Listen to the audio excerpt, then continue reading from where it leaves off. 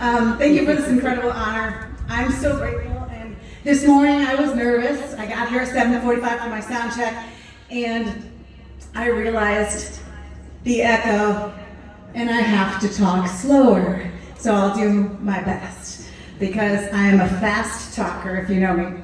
But everybody was so kind, and I'm covered in perfume and cologne from all the hugs that you all gave me. You made me feel so welcome. The blue hair, you guys, that was awesome. And the pom-poms, thank you for the love. Oh my, you guys, I love you too. What a nice time. I'm extremely grateful to Bristol and the opportunities I've been given that allow me to develop my craft. While I always felt valued in this district, and hasn't been more clear than today, I have to give a shout out to my house, Bristol Eastern High School, where I've always felt supported, appreciated, and encouraged. Thank you. Hey, Lancers. Let's hear it, Lancers. We are PE. We are PE. Woo! Yeah, that's my favorite part. Thanks, guys. You're the best. I couldn't be here without you. Thank you. And to the rest, and to my Lancers, and to everybody else, those last 2 years, they happened, y'all. That just happened. It was touch and go there for a while, right? Am I right? Like, oh my God. I wasn't sure I was gonna make it, but we made it. Thank God. Bruh, as my son would say, bruh. Anyway, I admit I've rewritten the speech at least 6 times. I promise, Kate, this is one I emailed you. I swear.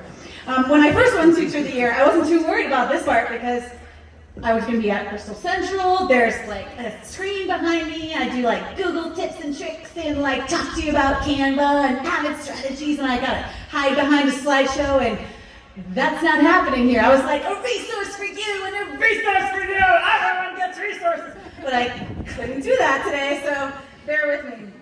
I reached out to some of my teacher colleagues and friends. You probably got an email from me, you know who you are, and asked for some advice. And almost every single person said, just be yourself, because we love you. And that was really kind. And some people said, a really large, actually, portion of people said that I should sing an original song. So here we go. No way I would ever do that to you. I'm sorry. You're welcome. That's all you have. Okay, so no, that's not gonna happen. But in all seriousness, in my first year of teaching, I was not at this school, and I didn't truly understand education. I had my bachelor's in biology, master's in education, and a mind that was processing information succinctly, scientifically. I focused far too much on teaching the protein, like the beef or the steak of the meal. That was my science curriculum, and I was just feeding that to my students. And that wasn't teaching, it wasn't a meal. I mean, it's what my students needed, but it wasn't enough. I listened to a college professor that told me, don't smile until Christmas or they'll never take you seriously. Did anybody else ever hear that? Worst advice ever. And so it didn't take me long. My second year, I was like, oh, that's not what this gig is all about. If I served a meal of just meat with no seasonings, no sides, no sauces, no tasty beverages, no one would ever come to my table. And if they were forced to eat, no one would be able to digest all that protein, right? And they would never want to come back. We need to feed our students a full and balanced diet that includes social emotional learning, equity, inclusion, and rigor. These are the veggies, the carbs, the sauces, the garlic, the good stuff. We really need to spice up the empanadas some days with pulled pork, or pan-sear some lemon butter sea scallops with Parmesan risotto. And sometimes we need to serve chicken nuggets and fries. And yes, we absolutely have to serve leftovers some days because we just didn't finish that meal. But we still manage to provide gluten-free and vegan options depending on our students' needs, right? Now, I fully understand SEL now, social emotional learning, but I think it's really important in that acronym that the S and the E are first. Without meeting social and emotional needs of our students, that learning just can't occur. Those first 2 letters have to absolutely come first. We can't just skip the learning either. You and I both know that we can love our students and they can love being in our classroom and feeling they belong, But if there's no rigor or learning expectations, then we're failing them, right? As a veteran educator now, over 20 years, when I think about equity and inclusion, now I start by putting aside all those labels, those levels, those standardized scores. I have to put them aside and think that I do not have gifted students or students with special needs. I start with the lens, all of my students are gifted and all of my students have special needs. It's my job as an educator to unleash those gifts and work to meet those needs. You've heard of Ken Williams before. He wrote the book Ruthless Equity, and he reminds us, if you call them low, you'll teach them low. He also writes, your students know when you believe they're dumb without you even saying it. Some people will deliver the best lessons and cook up the best recipes to only our higher level students, but everyone deserves to experience a delicious and nutritious meal.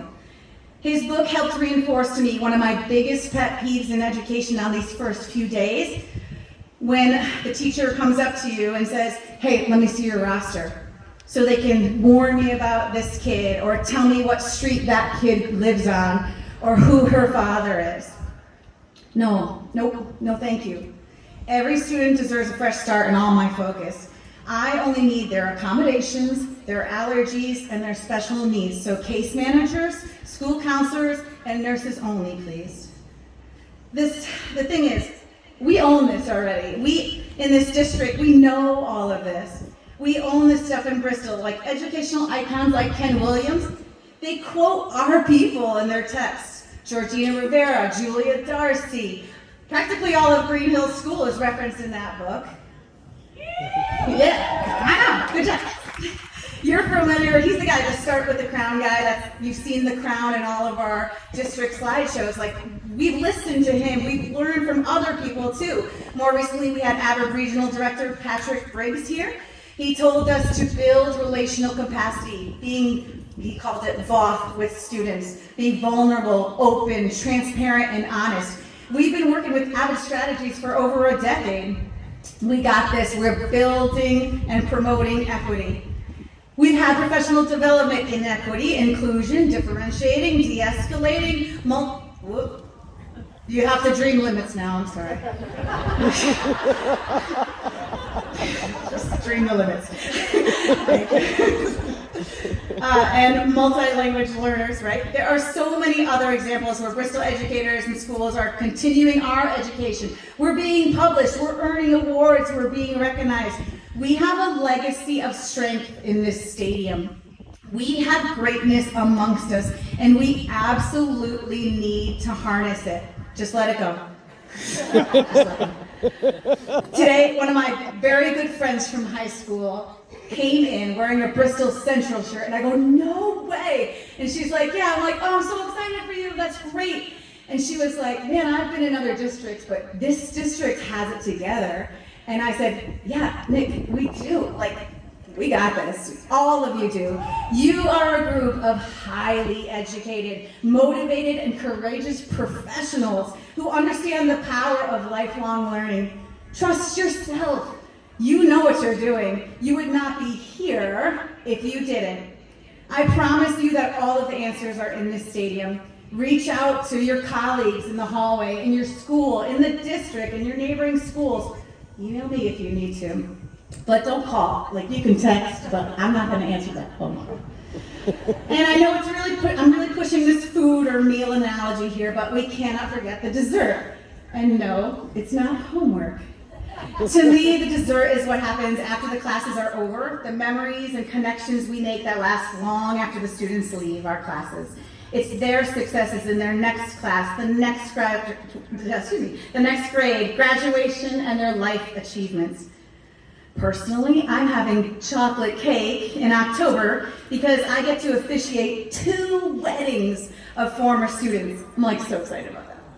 And it's not only our students, but the dessert comes in the form of the relationships and community we build in our schools, with our colleagues, within our departments, and within the Bristol community. So for me, standing here in front of you is like dessert too. So in closing, finally, I know, I'm sorry, she said 8 minutes. I ask that you please take care of each other. Our job is amazing and fun, but it is also hard and exhausting. Most of the teachers I know, myself included, are helpers. We're natural helpers, so we sometimes forget to ask for help for ourselves. So we need to have each other's backs. We need to check on each other, build each other up, and straighten each other's crowns too. We are better together. We can dream without limits. And sometimes you gonna burn that casserole, girl. You gotta add too much salt to that jambalaya. It's gonna happen. But I guarantee you still learn something very valuable that day. That's why it's called a lesson. Go clean yourself up and start fresh tomorrow. Thank you so much for your time. This is such an honor. Go have an amazing year. Go Lancers!